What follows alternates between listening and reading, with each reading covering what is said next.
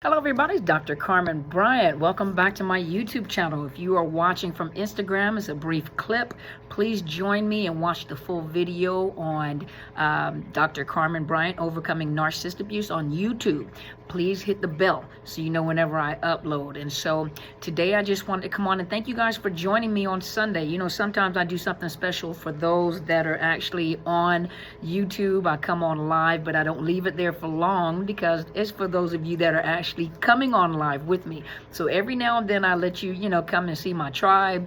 We laugh and joke and you get to see that, but that's only for the people that actually come on live. So time and time again, I tell you guys, make sure you look for the bell to alert you whenever I come on. You never know what I'm going to do, and then sometimes I don't share it with everybody. It's just for those faithful few that are able to come on and watch. But most of you guys are concerned that I missed something. No, we didn't do any question and answers. We just kind of had fun, me and the tribe, and so I just wanted you guys just to smile because I didn't do anything in particular that day. But thank you guys for joining me. So today, let's move on. I'm not going to be on long because I had a long day and I have to get on the road, and so I just wanted to come on because I've had a lot of emails inquiring about narcissistic children. And this one is not narcissistic younger children. This is narcissistic adult children, young adult or adult children.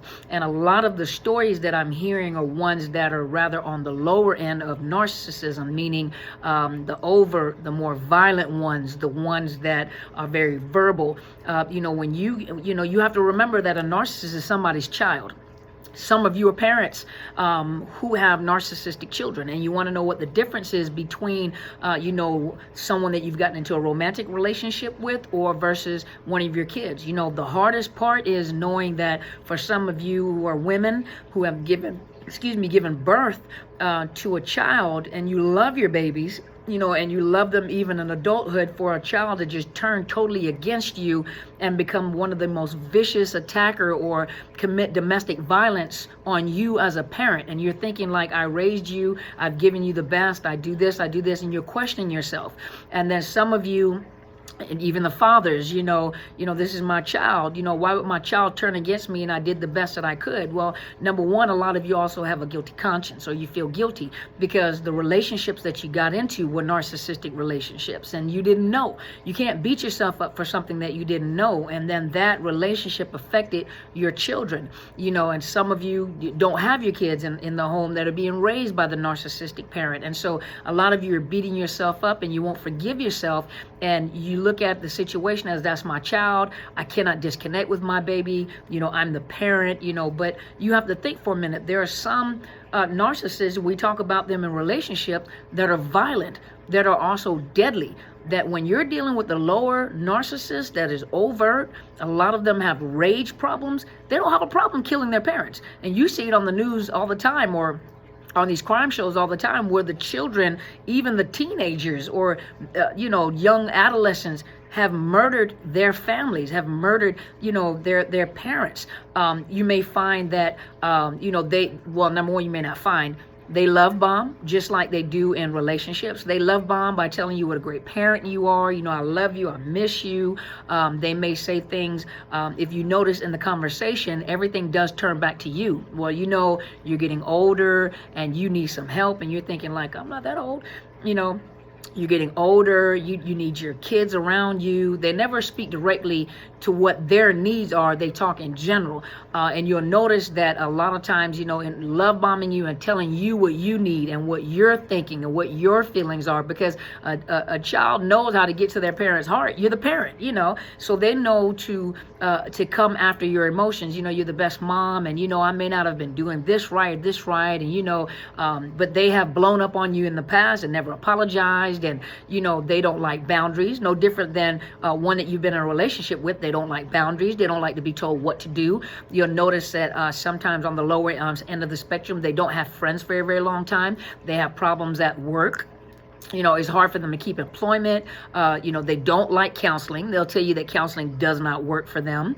They have problems with intimate relationships. They may have problems in marriages or girlfriends and boyfriends. They have problems. You may notice that they move from house to house because they never have one place that they stay in. They don't ever tell you, because it's always somebody else's fault. They give you that sad, and of course you're going to believe your child, right? And they tell you these sad stories about how they were mistreated, and they know that, I'm just going through a lot and I'm gonna get myself back on my feet. They don't keep friends for a long time. They fall out with people. A lot of times their families or people around them, their friends, really don't want to be bothered with them. And then they may come to their last resort, so they expect you to take them back in. Now, when you speak up and you see beyond the game, like, well, you can't live here, then you'll notice immediately they'll go into devaluing you, talking about you, what kind of parent you are, and then they bring up, and some of you have taken the opportunity to apologize for your children. I was a young parent. I didn't know what I was doing. I'm sorry. I connected with the wrong person. They had an effect on you. I'm sorry that you went through this. I wish I could change things. I want you I love you, I'm here to support you. They'll flip that on you like the type of parent you are, and this is what you did, and you abandoned me, and you're thinking like, abandon you?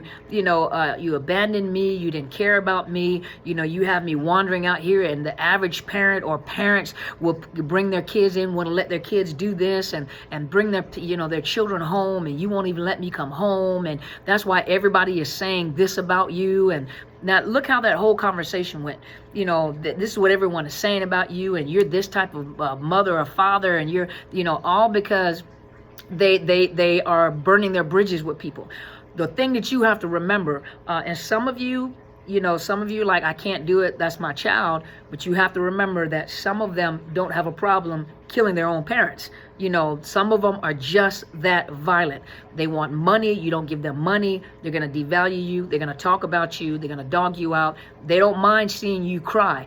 It fuels them. It's like you have a conversation with them and they hear nothing that you say. You'll find them over talking you. You'll find them disrespecting you as a parent. They have no boundaries with you. They put themselves on an equal playing field. Now, some of you parents need to learn how to parent. Your kids are not your best friends. Your kids are your children, and your children first. Even with my kids know that, I'm your parent first. If there's room for us to be friends, we can try to work that out, but I'm always going to be your mom first. You don't disrespect me. You don't cross the lines with me. And so, but some of you guys have to understand that these are not your friends. They're not your buddies. They're your children. They need a parent. If you don't parent the child, if you don't set boundaries for your children, a lot of them join gangs because gangs have rules, they have boundaries, they have respect, they have an honor code, and they don't play. They will beat them up if they do not follow the honor code. You have to establish that in your own home. And even with adult kids, when they tend to run over those boundaries, they talk to you as if you're their equal. Like, instead of you being the mom, you're the girlfriend or the wife, or instead of you being the dad, you're the husband or the boyfriend, and they're talking to you as if you two graduated from high school together. They talk to you as if they're the adults and you're the child. They tell you what you're thinking. They'll tell you. Now, some parents are like that. They just argue back and forth with their kids, and sometimes parents are just mentally as young as the kid is. And I'm not saying that as a disrespect. I'm just going to say what you just don't want to say or you don't want to hear. I'm just tell it like it is, okay? Because I've seen too much in counseling. You can't be friends with your kids and then want to parent your kids. You can't be friends with your kids and then set boundaries and tell them what to do. Now adult kids is a little different. They're adults. You can't tell them what to do. You can give them advice and then you make your own decision. But you have your own boundaries. You're not coming to my house, because some of you guys are in a position where they come in your house. They're destructive. They're tear up your house. It's like they literally take over your house, and you have no say in your own house. And in some states, if they live in your house, I think up to 6 months, I think in Washington, they become a legal resident. You can't just kick them out. You can't evict your kid. Now they're a legal resident, and they can actually take you to court for trying to put them out. So you guys have to be wise, because a narcissistic child, whether they're adult or young adults, they do the same thing that a lover, a husband, or a wife does. They do the exact same thing. It's just a different dynamic between a mother and a child, but they don't see a different dynamic. You're just like everybody else. The greatest primary supplier, primary fuel is also from the parent, especially if you're the type, you guilt parent. You give them everything they ask for. You feel bad because they play with your emotions. They play on your heartstrings because that's your child. I'm doing bad, mama. I'm doing bad, daddy. Help me. I done went to jail again, and you keep bailing them out. Keep catching a fool. They're going to keep making the same mistakes over and over again. You're not teaching them anything. You're not helping them learn anything. They have to learn from their mistakes. And if they're a narcissist, they also have to understand that you are not, you don't cross boundaries, even if you have to cut them off, just like the video that I made, cutting off toxic family members. That's a hard decision to make, especially if you are a parent and that is your child, that is your baby. That's hard, but you have to remember, just like you're working on relationships and you know that these are toxic relationships, you know that these are narcissistic relationships, you know that there is no good that's going to come out of the relationship. The sad part about it is that it's the same with your kid. And that's the sad part. It's the same with a child. Now, for those of you that have children with a narcissist, one of the things that I always emphasize, and a lot of you emphasize, is that, you may not be able to go totally no contact because you have a child with the narcissist. So you have to, bear a minimum conversation. For those of you that can't completely cut your kids off, you may have to go bare minimum conversation with your child. Chunk on them, hey, I was just calling, how you doing? And they'll pull you into the conversation. Mama, daddy just loves you. I just wanted to let you know. You text them, hey, love you, but you already can feel, it's almost like when the heat is rising. You can almost feel the tension building when they're talking. And for those of you that have been parents for a while, you can almost tell when they want something from you. It's different when you're dealing with a lover. But when it's your own child and you've been around your child, you can almost tell. I mean, both your parents know when they want something and they're talking around the bush. It's like, I know you want something, but like I said, the same way that you're dealing with lovers, you have to remember that even a child, an adult child, it will be hateful towards you. They want fuel. If they don't get what they want, they harass you. They cuss you out. They mistreat you. They dog you out. They say anything. And for some of you guys, that is so heartbreaking for your child to disrespect you or dishonor you. Now, especially if they have a narcissistic parent that they've sided with and they repeat everything that the other, because they like to see you hurting. That gives them fuel, that gives them energy, that gives them a boost in their self-esteem to know that they're hurting you. Even as a parent, you're the easiest person to hurt. You're the closest one to them. They're your children. And so I know this is a short video. I just wanted to come in real quick and encourage those parents that were sending me emails concerning their kids. A lot of you are using the terms, I know my child hates me. You have to remember you're dealing with a mental disorder. That's just like, a child that, or an adult that has like severe autism, or if they have cognitive or intellectual, what is it called? Cognitive or intellectual delays, and you're upset because they don't think or act like their age, that's because they have a mental disorder, and you can't expect that from them because of the fact that they're not wired that way. Well, even with narcissistic kids, as adult kids, they're not wired that way. And the most hurtful part is to know that you have a child that's a narcissist, and a lot of these videos apply to your child. You still have to safeguard yourself. Many of you are brokenhearted. Many of you are so hurt that not only were you in a relationship with a narcissist, but it dawned on you that my child is a narcissist. What am I supposed to do to help them? They're not going to be able to get help unless they want help, and most of them don't want help because they don't see anything wrong with themselves. They don't see anything wrong with them. Just like the lovers, the husbands, the wives, they don't see anything wrong with them. Everybody else is wrong, and then when you don't give them what they want, you're wrong too. And trust you me, they'll do a smear campaign on you. They'll dog you out to all their friends and people that will listen. They'll make you, and that's what they'll do. What can you do as a parent? I can't help it that my child has a mental disorder. I feel bad for my child. But you don't have to fight your kid. You don't have to keep defending yourself, because 9 times out of 10, people know their behavior. They know something's not right, you know. And then for some of you guys, you're dealing with the different levels of narcissism. So it sounds very convincing, especially if they're cerebral, if they're more greater, mid to greater, you know. But this is more focused toward a lot of those that have sent me emails concerning, you know, a narcissistic adult child that is more on the lower spectrum, meaning the lower rageful, overt type that are hateful, that tend to you know, that you feel like they hate themselves, and they hate everybody else that may do better than them.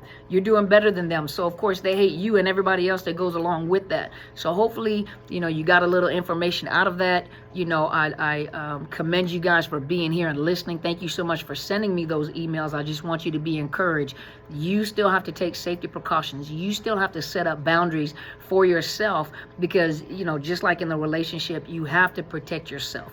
You know, it's bad enough you've been abused by relationships. You don't have to be abused by your own kids.